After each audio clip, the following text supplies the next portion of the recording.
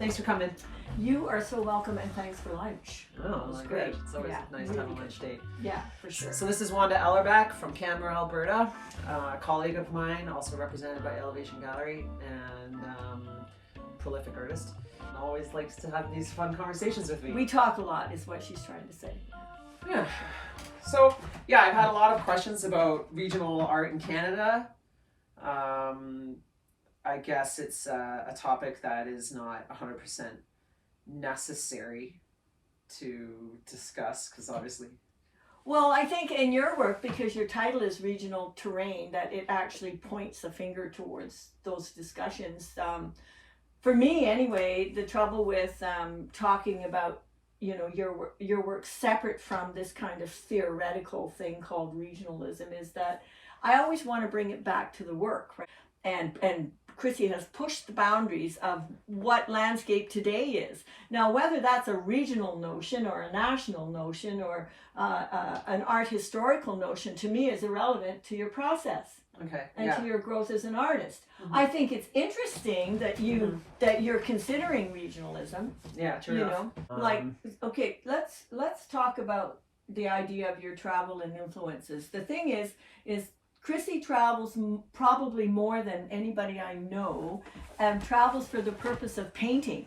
She doesn't travel just for holidays, although that's always seems to be included, but sketches deliberately and with intention in all her trips and brings all this information back to the studio, and over the last couple of years has incorporated all of that work that she's already done into these magnificent landscapes, which are now moving out of the comfort zone that she had developed for many years, right? Yes, thanks, Wanda. Yeah. And I feel like it's been like 2 years of really full-time work. And I'm realizing now it's not even about being full-time. It's about just the commitment.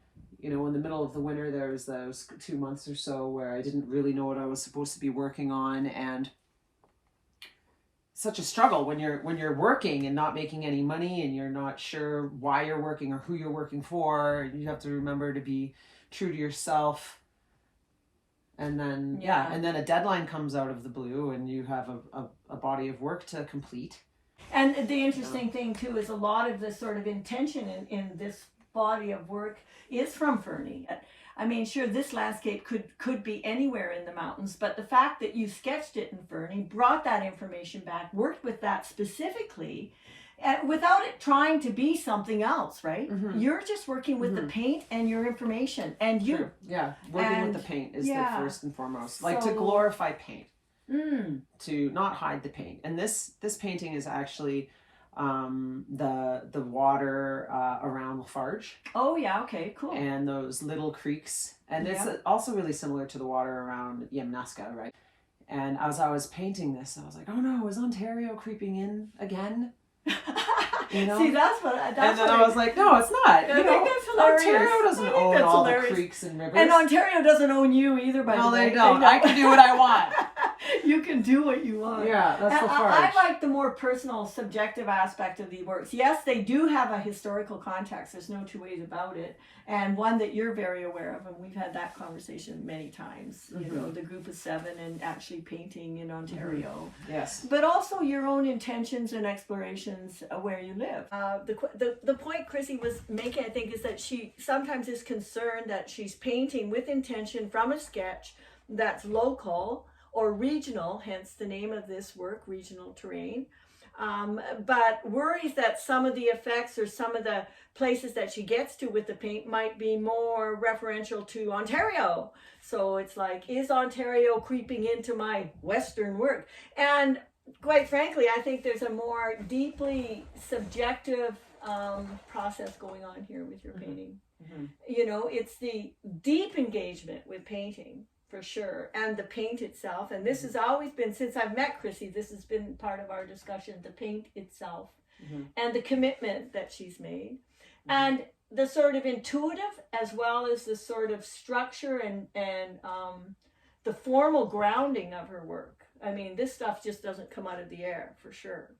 And when you paint trees a certain way, like these are so, this whole area is so beautifully abstracted and yet screams forest, is that your intention is more about making the painting and making it with paint and making the viewer aware of the paint. And also, without a doubt, your deep engagement with nature. Absolutely. And landscape. Yeah. Okay, that's sort of what I wanted to say about this whole concern you have about regionalism. Yeah. And I really do feel that this body of work here that I've created this spring is solidifying what you're saying for me as a career artist. Fantastic. That's so good. Yeah, you know, I'm working really hard. I'm really trying to work hard, and now I'm at a point in my career where I'm painting. It doesn't matter what I'm painting, I guess, is the point. The point is the paint.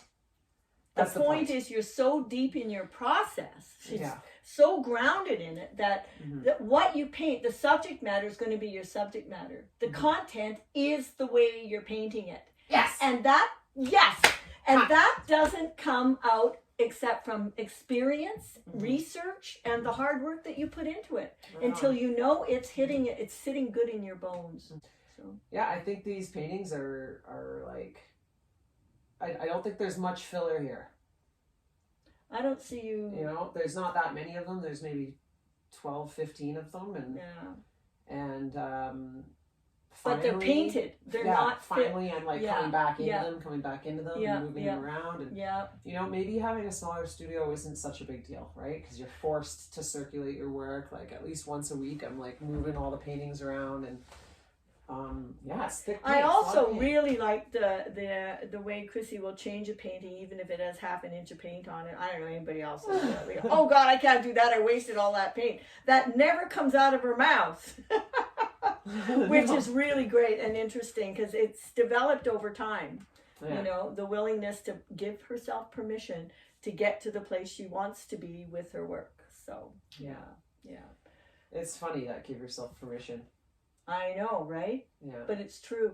Yeah. We all have that little niggly editor in our heads. Everybody I've ever talked to about painting, unless they've been painting for 50 years, and they will say, well, no, it doesn't matter. Like, you just are painting, right? That's what you're doing. And if you, I mean, having said that, there's serious work too being done in regards to environment and, you know, the sort of place where people meet nature, that intersection. So I feel that you put yourself in nature. I do. I think Chrissy just takes herself, puts herself right in there, and is deeply engaged with it, seriously engaged with it. And that's the other thing, like, maybe it's not all Fernie or all here or there, but they are all places that I have a personal connection to. Yeah. You know, and like a couple weekends ago, May long weekend, we did the river, and it was just so beautiful. Yeah. You know, and just that fresh feeling of being able to identify with the place and your perspective of space is all you need to really feel committed to starting a new piece. Yeah. Well, and developing that connection and keeping it happening, and then sharing that energy through your work. I think it's fantastic.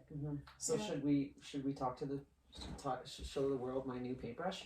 Yeah, let's see your new paintbrush. I love this paintbrush. I have one too. It's not quite as big. There's the new paintbrush. Save your old brooms for me. Yeah, lovely. So it's sweet. It's not a mop. It's I've only been using this one. It's a straw brush. Is it straw? It's like synthetic straw. And then I've been using like a painting tray and my old it is synthetic Turks and stuff, and then creating these really big brush strokes, and then building compositions out of them, like my Fernie Creek painting. Yeah. And it's been something that I've wanted to do for years, and it's just funny how you want to do something for years, and then all of a sudden one day you do it. I got given a little tiny broom that used to be used to in the farm where my mother was raised to brush the dust off the molding. Yeah. And that's what I used in those other paintings, but I used it very lightly. Nice. And seeing this though has given me, you know, just maybe a little bit more inspiration. I love the way artists inspire each other as well. You know, I love that. I think it's really, really cool. And Chrissy's always been a big inspiration for me, for sure. Oh, I think that, you know, theoretically you can say a lot of stuff about work, right? About art. Yeah. And especially complex art, because this isn't simple stuff. This is, Yeah. you know, this is serious painting. Yeah. And ultimately it comes down to just the drive the artist has, the love the artist has, the passion they have for their process and the world they live in. And commitment. And that big word, commitment. Commitment, yeah. Yeah. Yeah, I see it here. I'm excited.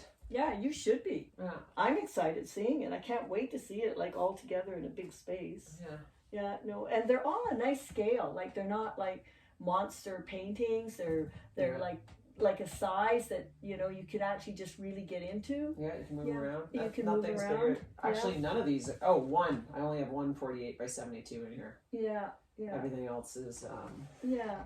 Like But they're very, normal. very colorful and bright, and which is part of a Chrissy Nickerson trait, anyways. All of her paintings have been always quite using color in amazing ways, and now she's added not just the color, but also, you know, the dampness of the paint, the way she uses the paint, and the tools. Like she's just broken free.